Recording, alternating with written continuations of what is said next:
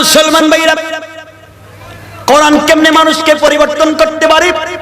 হযরতে ফাতেমার সঙ্গে ইহুদির এক মেয়ের সম্পর্ক হয়ে গেল, কিশোরী বয়সে সম্পর্ক হয়ে গেল। আমার ভাইরা,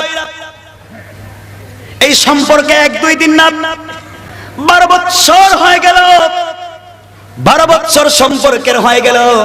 একদিনে ইহুদির মেয়েটা তার বাবার কাছে গিয়ে বসলো। বাবা ডাক দিয়ে বলতেছে, আম্মা জান, ও আমার মেয়ে, তোমার জন্য সুন্দর একটা যুবক, হ্যান্ডসাম একটা যুবক তোমার জন্য পাত্র হিসাবে ঠিক করে রেখে দিয়েছি। ইহুদির একটা সন্তান শিল্পপতি। ও মা, তুমি কি সেই বিয়েতে রাজি? ইহুদির মেয়ে ডাক দিয়ে বলতেছে, আব্বা জান, আপনি আমার জন্য ছেলে ঠিক করে ফেলেছেন, আমার জন্য পাত্র ঠিক করেছেন। বাবা, আমি ওই বিয়েতে রাজি কিনা আপনি আমাকে 12 ঘন্টার সময় দিতে হবে। 12 ঘন্টার ভিতরে আপনার জবাব দিতে পারবো না। 12 ঘন্টা পরে আপনাকে ডিসিশন জানায় দিব, ফাইনাল সিদ্ধান্ত জানায় দেব। 12 ঘন্টার সময় নিয়ে, অসুবিধা হচ্ছে আপনাদের? 12 ঘন্টার সময় নিয়ে আমার মুসলমান ভাইরা, হযরতে ফাতেমা 12 ঘন্টা সময় নিয়ে, এই ফাতেমার বান্ধবী 12 ঘন্টা সময় নিয়ে বাবার দরবার থেকে চলে গেছে। বাবার দরবার থেকে চলে গেল ফাতেমার কাছে। ফাতেমার কাছে গিয়ে বলতেছে, বোন রে, আমার বাবা আমার বিয়ে ঠিক করে ফেলেছেন। আমার বাবা এমন এক ছেলের সঙ্গে আমার বিয়ে ঠিক করেছে। ছেলেটা নাকি অনেক সুন্দর, ছেলেটা অনেক ভদ্র, অনেক হ্যান্ডসাম, অনেক টাকাওয়ালা। আমি ওই বিয়েতে রাজি হব কিনা তুমি আমাকে জানায়া দাও।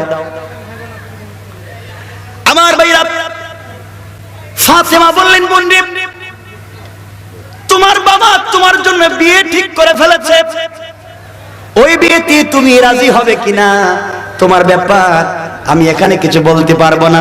আমার বন্ধুগণ, মেয়েটা বলতেছে, ফাতেমা, সম্পর্ক 1-2 বছরের না, 12 বছরের সম্পর্ক। আমার বিশ্বাস তুমি আমাকে 12 বছরের ভিতরে একটা বারের জন্য অন্যায় কোনো পরামর্শ দেও নাই। আমার বিশ্বাস তুমি আমার জন্য যেগুলো ভালো হয় এই পরামর্শটা আমাকে দিতে হবে। আমার ভাইরা, ফাতেমা বললেন, বোন, তোমার বাবা যেহেতু ঠিক করে ফেলেছে, তুমি বিয়েতে রাজি হয়ে যাও। আর আজকালকে মা বাবা যে বিয়ে ঠিক করে, মেয়ে ওই বিয়েতে রাজি হয় না। কারণ 3-4 বছর আগে বল্টুর সাথে তার প্রেমের সম্পর্ক, কোন ঠিক কিনা? বল্টুর সাথে প্রেমের সম্পর্ক, মা বাবা ঠিক করলে ওই বিয়েতে রাজি হয় না। প্রয়োজনে ফাঁস দিয়ে মরে যায়, না হলে পলায়ন করে কক্সবাজারে চলে যায়। 3-4 মাস পরে মা বাবার জন্য ফ্রি একটা নাতি সাপ্লাই দেয়। মিথ্যা বলছি এগুলা? মিথ্যা বলছি কথাগুলা? আমার ভাইরা, ফাতেমা বললেন, বোন রে, তুমি ইহুদি, আমি মুসলমান, তোমার বাবা বিয়ে ঠিক করে ফেলেছে, তুমি ওই বিয়েতে রাজি হয়ে যাও, আমি সিদ্ধান্ত দিলাম। মেয়েটা ফাতেমাকে জড়ায়া কপালে চুম্বন দিয়ে বলতেছে, বোন রে, আমি বিয়েতে রাজি হব একটা শর্তে, শর্তকে তুই মানতে পারবে? ফাতেমা বললেন, বলো। মেয়েটা ডাক দিয়ে বলতেছে, ফাতেমা, আমি বিয়েতে রাজি হব যদি তুমি আমার বিয়েতে চলে যাও। কোন সুবহানাল্লাহ। ফাতেমা বললেন, বোন রে, আমি মুসলমান, তুমি ইহুদি, আমার বাবা একজন মুসলমান, আমি গরিব মানুষ, 3 বেলা খেতে পারি না। আমি যদি তোমাদের বিয়েতে যাই, আমার বাবার মান সম্মান থাকবে না। আর আমি তোমার বিয়েতে গেলে তোমাকে, তোমার মা বাবাকে মানুষ গালি দিবে। সুতরাং আমি তোমার বিয়েতে যেতে পারবো না। মেয়েটা বলতেছে, বোন রে, তুমি যদি বিয়েতে রাজি না হও, আমি কিন্তু বিয়ে করব না। এক পর্যায়ে ফাতেমা বললেন, বোন, ইনশাআল্লাহ আমি তোমার বিয়েতে যাব। মেয়েটা ওই কথা শুনে ফাতেমার দরবার থেকে বিদায় নিয়ে চলে গেল বাবার কাছে। বাবাকে ডাক দিয়ে বলতেছে, আব্বা জান, তুমি যে বিয়ে ঠিক করেছো ওই বিয়েতে আমি রাজি, কিন্তু বাবা একটা শর্ত হলো, মুহাম্মাদের মেয়ে ফাতেমাকে ইনভাইট করেছি, মুহাম্মাদের মেয়ে ফাতেমাকে দাওয়াত করেছি, মুহাম্মাদের মেয়ে ফাতেমা বিয়েতে আসবে। ইহুদি ডাক দিয়ে বলতেছে, মেরে মুহাম্মাদের মেয়ে ফাতেমা যদি বিয়েতে চলে আসে, মান সম্মান থাকবে না, লজ্জা বোধ কোথায় চলে যাবে? আমরা হলাম শিল্পপতি, আমরা হলাম ইহুদি, মুহাম্মদ গরিব একজন মুসলমান, তোমার বিয়েতে মুহাম্মাদের মেয়ে আসলে মান সম্মান থাকবে না।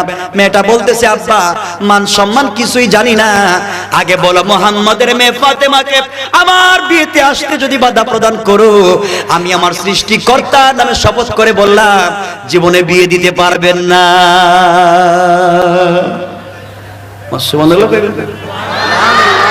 সুবহানাল্লাহ, এটা আগামী বছর কইলে বাদ দিয়ে দেন, এটা আস্তে কইলে।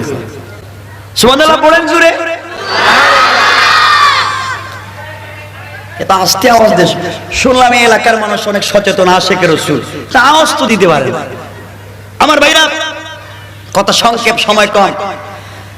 ফাতেমার এই বান্ধবীর বাবা চিন্তা করলো, আমার মেয়েটা যদি বিয়েতে রাজি না হয়, একটা মাত্র মেয়ে, আর বিয়ে যদি দিতে না পারি, মান সম্মান থাকবে? কথা বলেন, থাকবে? বাবা বলল, বোন ইনশাআল্লাহ। এই বাবা বলতেছে, মেয়ে শোনো, ও মা তুমি শোনো, তোমার শর্তে আমি রাজি। মুহাম্মদের মেয়েকে তোমার বিয়েতে ইনভাইট কর, দাওয়াত করো, আমি আপত্তি করি না, কিন্তু মুহাম্মদের মেয়েকে জানাইয়া দাও সে যেন নতুন জামা পরে আসে, নতুন কাপড় পরে আসে। পুরাতন কাপড় পরে বিয়েতে আসলে চলবে না, সে গরিব। আমাদের এখানে যারা আসবে আমাদের স্ট্যাটাসের সঙ্গে মিলবে না, আমাদের সামাজিকতার সঙ্গে মিলবে না, আমাদের আদর্শের সঙ্গে মিলবে না। সুতরাং ফাতেমা, যদি তোমার বিয়েতে আসতে হয় নতুন জামা পরে আসতে হবে। কি জামা? কি জামা? নতুন জামা। মেয়েটা দৌড়ে ফাতেমার কাছে আসছে। ফাতেমার কাছে এসে ডাক দিয়ে বলতেছে, বোন রে, আমার বিয়েতে তুমি যাও। আমার বাবা মানতে চায় না, আমার বাবা রাজি হতে চায় না।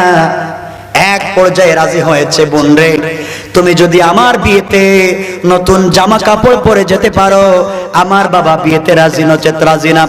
ফাতেমা চোখের পানি ছেড়ে দিলেন না, ডাক দিয়ে বললেন, বোন রে, 3 বেলা 1 বেলা খেতে পারি না, মাসের পর মাস চলে যায়, আমি ফাতেমার গোরের চুলে আগুন ধরে না, আমি কেমনে নতুন জামা কাপড় পরে তোমার বিয়েতে যাব?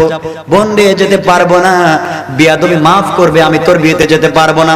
মেয়েটা বলতেছে, ফাতেমা তুমি একবার ইনশাআল্লাহ যদি বলো, আমার বিশ্বাস, তুমি ইনশাআল্লাহ একবার যদি বলো, তুমি যে পালন কর্তার উপর ঈমান এনেছো, যার সাথে তোমার সম্পর্ক, যে আল্লাহর সাথে তোমার সম্পর্ক, ওই আল্লাহ রাব্বুল ইজ্জত ওয়াল জালাল তোমাকে ফিরাইয়া দিবে না। কোন সুবহানাল্লাহ।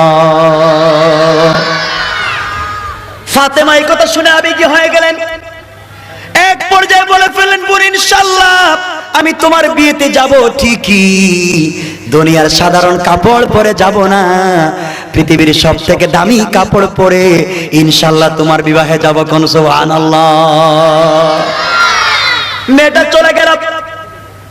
বাবাকে বলতেছে, আব্বা জান, ফাতেমা আমার বিয়েতে আসবে ঠিকই, কিন্তু পৃথিবীর সবথেকে দামি কাপড় পরে আসবে।